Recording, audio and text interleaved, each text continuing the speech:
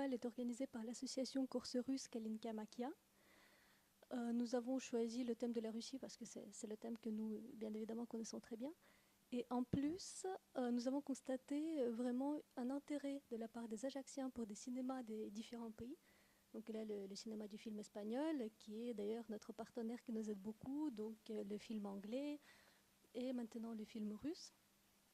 Et finalement, nous constatons que nous avons fait un bon choix parce que le public est en général très content.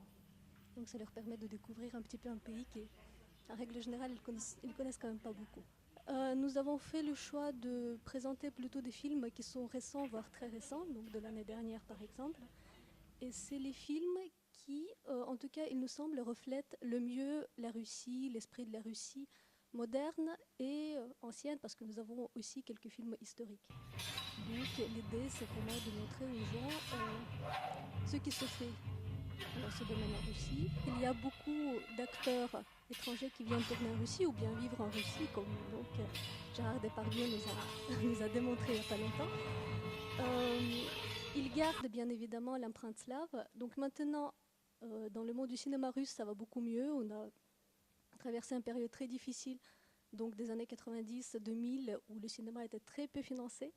Et maintenant, il y a un vrai retour des gens au cinéma et il y a un vrai intérêt pour les films et le cinéma. Donc maintenant, ça devient une affaire d'État dans de nombreux cas.